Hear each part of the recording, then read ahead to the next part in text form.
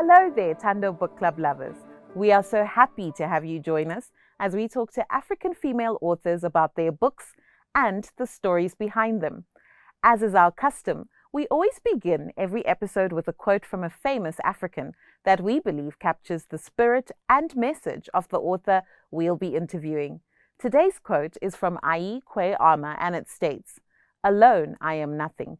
I have nothing. We have power, but we will never know it, we will never see it work, unless we come together to make it work." This quote sums up what our guest today champions in her work and in her book, Agringada, Like a Gringer, Like a Foreigner. Meet Tariro Ndoro. She is a poet and storyteller. She received a master's in creative writing from Rhodes University. Her debut poetry collection, Agringada, Like a Gringer, Like a Foreigner, published by Mojaji Books in 2019, received the inaugural NAMA Award for Outstanding Poetry Book.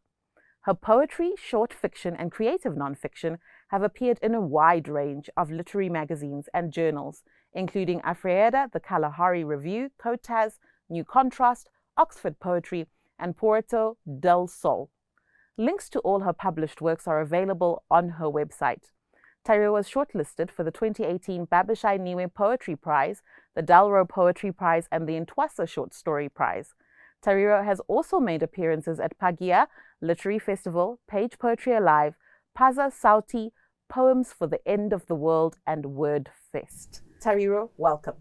Thank you for having me, Selina. I'm so happy to have you here on the book club, especially because you're in a new place in your writing journey. But today we'll obviously be focusing on Agringada, the poetry collection. So, why did you start writing? I feel like I never have an answer for that question. I always just loved reading, and at some point I started writing, and that was just a natural sort of progression for me. That's great. And understand that you actually started writing like when you were 8 in primary school. Yes.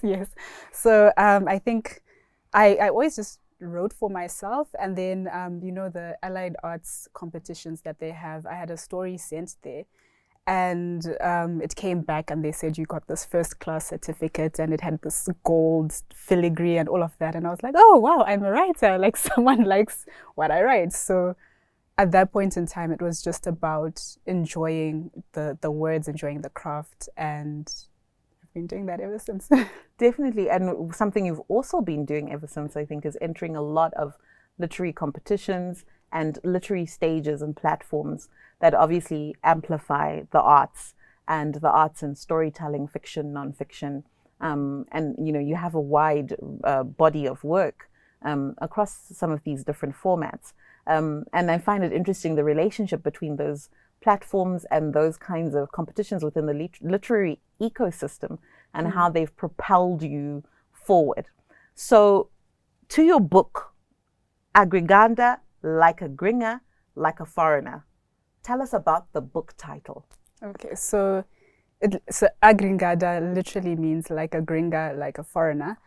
And the thinking behind that is it's about othering. So, in Latin America, when someone says you're acting agringada, you're acting stuck up, or you're acting like a white person. And it's a word that I came across, and I felt very, I don't want to say attached, but I felt very drawn to it, because I do feel in Africa we sometimes have that thing about it that, when someone acts a different way, you want to say, oh no, you're acting this way or that way. What Tsitsi Dangaremga talks about as chirungurira in her nervous conditions. And I think it's because when I was writing the book, I felt that I needed to talk about a part of my early life, which was sort of going to very white schools. And then when I came back and interacted with Black people, they'd be like that, why are you acting like this? You're acting odd. And then also when I went to university, I was in South Africa, and that quote by Zora Neale Hurston is that I feel most black when I'm by a white background. And it was that thing that, you go to another country and then you're suddenly like, oh, I'm Zimbabwean, I'm now a foreigner. When you're at home, you don't think about your identity until you're forced to. And so I think the book was a lot about me navigating those different things and unearthing a lot of memories and that sort of thing. Definitely very powerful. And one of the most interesting insights for me, obviously, is the othering by our own people towards ourselves when we reassimilate or come back into our home territory. Even if it's the distance is just a few kilometers at the private school where there are 80% white people and 20% black people, and then you come back into your home setting and it's like this arm's length distance of, wait, that's not true to who we are as African, that's not true to who we are as black. So in your mind, you begin to occupy this third space, which isn't quite like a third culture, because it's not like your parents have gone to another country and lived there and have to assimilate. You're still in your country, and your home and your roots are still in that place. But now, like, there's this othering, whether you're going to the foreign place or with the so-called foreign people or the other race, and at the same time at home, you don't quite fit in there. And so it's interesting that you've spoken to that space, because I find like there are a lot of migrant stories. Yes. There are a lot of stories of people who've gone and had to really start to navigate what is a third culture, what is an African migrant story. But you are now talking about the reverse, I think, and a story that's not told. So thank you very much for doing that. Sure. I hope it really resonated with someone else or helped them to navigate that same situation. Definitely. Yeah. And people should go through the poetry collection for that reason, but also because I think it's a powerful literary project and it's a literary offering that is quite pleasant to read, quite thought-provoking, not jarring, but definitely, I think, a deep conversation. Well, I found it to be a very deep conversation, and I found it to be one of the more modern African stories that I could personally relate with. So I was very grateful that somebody was starting to put voice and to give a sound and a picture to what that looks like. And I think poetry is very forgiving, because poetry is very succinct, but also very vivid and powerful all at the same time. So we're going to take a short break right now, and we'll be back in a few minutes to unpack the book, Agringada, Like a Gringer, Like a Foreigner. You don't want to miss this. Stay tuned. Welcome back. You're watching the Tando Book Club with me, your host, Selina Zigomo, and today we're interviewing Tariro Ndoro, author of the poetry collection, Agringada, Like a Gringer, Like a Foreigner. And right now in this segment, we're going to be unpacking the book and some of its themes and poems. So, Tariro, the book has many big, powerful themes of our time that many academics, many millennials love to talk about, especially within the realm of identity politics. Things like colonization, xenophobia, and also education's role in that. May you please share how you came about with these particular themes and what your overarching message was? Okay, so back in the day when I was at Rhodes University and studying creative writing, one of my instructors always just used to ask me, whenever I give you assignments, you seem like you're fighting against something, you're struggling against something. And, I'd always say, oh no, I'm struggling against, the old white form of writing, or I'm struggling against this. And he'd always say, no, that's not what you're struggling against, because that conversation has been had. And then afterward, like when I'd finished and I was at home, I had to think about it and ask myself, what is it that's limiting my voice? And I realized that, and this is sort of the first part of my book, some of the sort of rules that we have in our schools that, you mustn't speak in vernacular languages, you mustn't do this or that. It's an erasure of our voices and our stories. And in my fight to sort of reclaim my own identity and my own space, I was starting to see that, oh no, like when I'm in South Africa, I'm not speaking Shona as much as I do because I don't want to be targeted. Oh no, when I'm in this space that I feel is corporate, or when I'm in this space that I feel is bougie, I feel like I can't really be myself. And then I felt like I had to go back and call out all of those places that, this space impacts people like this, or that other space is impacting people like this. And I was very interested in looking at the linguistics of it, because I think a lot of Zimbabwean writers have sort of looked at the politics of it or the sociology of it, but I was really interested in, what's our national language, but not in terms of Shona and Ndebele English, but, what stories can we tell and what stories are we holding back? Yeah, very, very powerful. And language and linguistics, language from a linguistics point of view is a very strong theme in the book.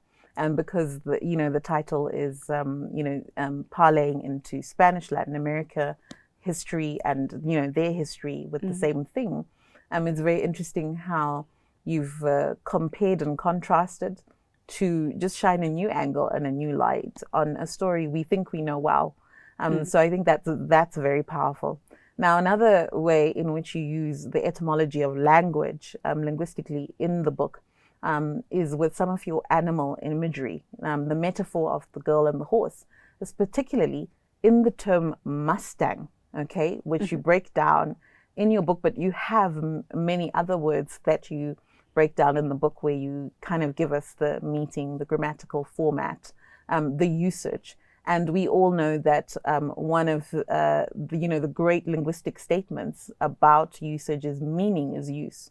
So we don't just derive the meaning of something from what it is referred to, but also how it is used in a context which speaks to space and time. And so you do this with that poem or that piece of prose around the word Mustang. Why the horse? Why is the horse a powerful image for you? Why is it such a powerful metaphor when it comes to girls? Okay, so just as I was writing the book, one of the exercises that I put myself through is that I did a sort of word web, or like a writing web, where you cluster one word and then you just kind of think of different words that can relate to it. And the word that I'd actually used was tongue, because a tongue is a language. But you think about a lot of metaphors that you can use for the tongue, and they also apply to horses. So something like you bridled your tongue, you sort of held back. And in the same way, you bridle a horse, you sort of stop it from behaving as it wants to behave, so it behaves as you want it to behave. So I think that just gave me an entry point to do that. But, as I was looking, because I am a nerd and I love reading dictionaries, I think we've spoken about this. But when I was looking at the etymology, and I was looking at this word starts off as a Latin word, and then it goes into a Spanish word, and then it goes into Mexican Spanish, and then it goes into sort of like an Americanized word. And I was thinking of a quote that I read somewhere where it says, colonization results in a linguistic hot mess. So even a lot of the words that we use now, some of them are taken from Portuguese, some of them are sort of, English words that became Shona, some of them are Shona words that became Ndebele, some of them are Ndebele words that became Shona. And by sort of looking at our lexicon, we can look at our history, if that makes sense. That does make sense. One of my favorite examples of that is the Shona word sabuku, which is actually derived from the English term book. And not many people know that. So then, when we're all getting hot under the collar about tribalism and, our traditional practices, we sometimes don't realize we've taken on an othered or colonial expression as part of our own history and tradition. So right quickly before we go to break, you do reference primary school and education is a big theme throughout the book, and your personal experiences. How did you navigate the line between the personal and the private on a public platform like publishing a book like this that you knew was going to go basically everywhere and anyway? I think the nice thing about poetry, as opposed to prose, when you write prose, you have to be very direct and say, this is fiction or this is nonfiction. And when people read that, they read it with that sensibility. With poetry, on the other hand, I could be lying. It could have been about someone else, or, so there are lots of spaces where I've used, someone else's name. So it might say Lorraine, but it could have been Selina. I could say I saw this happening, but it could have been, you know, something that I sort of gleaned from someone else. So like I've done, there are a lot of places where I've sort of taken Selina's experiences and my mother's experiences and my own experiences, and then just kind of written it as one cohesive thing. Awesome. Yeah. Very, very clever. Thank you. Well, powerful insights there for us all to ponder. And it's time for a short break, but stay tuned. We'll be right back with advice from Tariro about writing and getting your voice out there. You don't want to miss this. You're watching the Tando Book Club and we're interviewing Tariro Ndoro. You're just in time to get some good advice on writing and publishing, and we can't wait to jump back into the conversation. So, Tariro, what did you learn from your process of publishing your book? So my book was published in South Africa and it was marketed there. And, you know, when I got the contract, I learned very quickly that you have to be a business person as well as a creative. I know sometimes people look at things like writing or singing or acting and they think, you know, just be an artist and everything else will follow. But it's important to sort of have good legal representation. So when you're signing the contract, to know, you know, what am I signing? You know, how does that affect my earnings? How does that affect what I can reprint or not reprint or that sort of thing? What else did I learn? Then I remember so all my publicity was done in South Africa. Then I came back to Zimbabwe, and now I had to learn how to do publicity sort of on my own, and I'd be reaching out, you know, who do I know who's in this space? So I think the biggest lesson is every artist has to see themselves as a business person too. Yeah. And I think that's a powerful lesson. You're actually one of the first guests that's mentioned that, you know, throughout our trajectory of interviews. And I find that so interesting because usually the people who are more attuned to that are the people who self-publish, but you trade published with Majaji Books. And people often think, well, I'm going to the trade publisher. They're the experts. They're the professionals. They'll guide me. And, you know, it's like almost like signing a contract with an employer. But no, it's actually an exchange between two business entities. It's just that you're one person representing a entity that is business-like, as opposed to a company with, you know, 4 floors and 40 people working there. So I think that that's powerful. What advice would you give to writers about getting their work out there, especially in light of what you shared about some of the lessons you had to learn about publicity when you came back to Zim? I would say, so, and this is a lesson that someone taught me a long time ago, which I used myself. I think you did comment that I've published a lot of things on different platforms, is don't wait to write a book and then publish the book and then expect people to buy it. So even as you're writing, you know, you need to be sending your work out to competitions, to literary magazines. If you're a poet, you need to be doing readings somewhere, or if you're an extrovert, do the slams. Whether you win or not, it's just about, you know, getting your name out there so people know that there's a Selina Zigomo. So that, you know, once your book is out there, people don't sort of walk past it on, you know, in the bookshop. They actually think, I've heard this name before. And I think a lot of the people who bought my book when it first came out were, you know, people that I knew from the literary space, because I'd built those connections. Yeah. Very, very, very, very good. And that really got me here in terms about getting your name out there as you're writing. So what's your next project? So I'm keeping it to myself a little bit because it's very different. I think I've done a lot of poetry and now see myself as a poet, but I also like writing fiction. So I've just kind of finished the first draft of a novel.